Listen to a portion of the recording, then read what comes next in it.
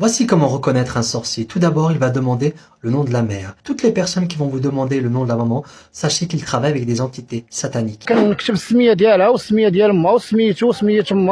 Ils ont besoin de faire ce qu'on appelle le khat et de vérifier s'il n'y a pas des pactes familiales. Et ainsi aussi désobéir à Allah subhanahu wa ta'ala qui dit dans le Coran, appelez les enfants par le nom du Père. Il demande aussi des vêtements, et en particulier des vêtements que vous avez déjà portés où il y a encore votre odeur. Sachez que toute personne qui demande vos vêtements que vous avez portés où il y a encore votre odeur, sachez qu'ils sont peut-être mal intentionnés. Il demande aussi des animaux, et en particulier des animaux qu'ils vont pouvoir tuer et offrir à des djinns et à des entités sataniques. De temps en temps, ils vont demander un animal spécifique, que ce soit un coq noir ou un coq d'une certaine couleur ou un animal d'une certaine particularité. Il faut faire très attention, car Allah subhanahu wa ta'ala a interdit la bête morte et le sang des animaux. Donc c'est pour pouvoir faire des choses interdites par Allah subhanahu wa ta'ala. Certains sorciers aussi ne vont pas hésiter à vous donner des talismans, des gris-gris, des choses soi-disant pour vous protéger, à mettre dans l'oreiller ou dans le portefeuille ou à porter tout le temps sur soi. Il est strictement interdit de porter ce genre de choses. Effectivement, quand je désactive les talismans à chaque fois que je les ouvre, je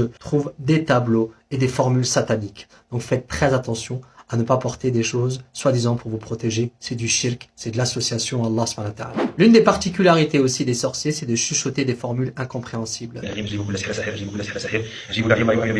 Certains vont même être fourbes, ils vont commencer par le Coran, mais vous allez voir qu'à un moment, ils vont dire des choses à voix basse. C'est tout simplement pour faire appel à des shayatines. Certains sorciers aussi se sont pris pour des bijoutiers. Ils vont vous donner des colliers, des bracelets ou même des bagues. Vous allez reconnaître ce genre de bijoux parce qu'il y a une grosse épaisseur qui permet au talisman de rentrer. J'en ai ouvert pas mal et je peux vous dire qu'à l'intérieur, il y a plein de talismans avec des tableaux et des incantations sataniques. Certains vont demander à la personne de s'isoler, d'être dans le noir, d'être dans une pièce où elle ne va voir personne, voire même de ne plus se laver. Ainsi, elle va être dans des conditions d'obscurité et de saleté où les shayatines et les djinns vont pouvoir se rapprocher d'elle. Toute personne qui vous demande ça, sachez que c'est un sorcier. Certains vont demander à la personne d'enfouir des choses, que ça soit dans la terre ou voire même dans le cimetière, ou bien même des choses jetées dans la mer. Sachez que ces pratiques sont interdites. Je ferai, Inch'Allah, une prochaine vidéo qui parlera des différents symboles dans la sorcellerie.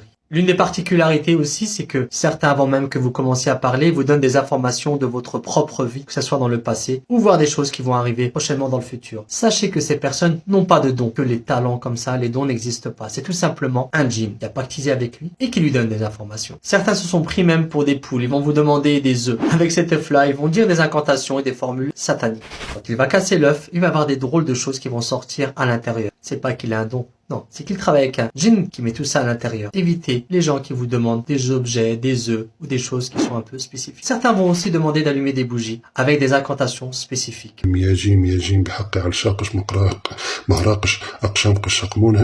On retrouve très souvent ce genre de sorcellerie pour faire un filtre d'amour et une sorcellerie pour que la personne puisse vous aimer de force. Il faut éviter ce genre de choses-là qui est interdite dans l'islam. J'espère que cette vidéo vous a permis d'apprendre des choses et ainsi pouvoir éviter d'aller chez des personnes qui sont mal intentionnées. Faites attention à vous. Salam alaikum.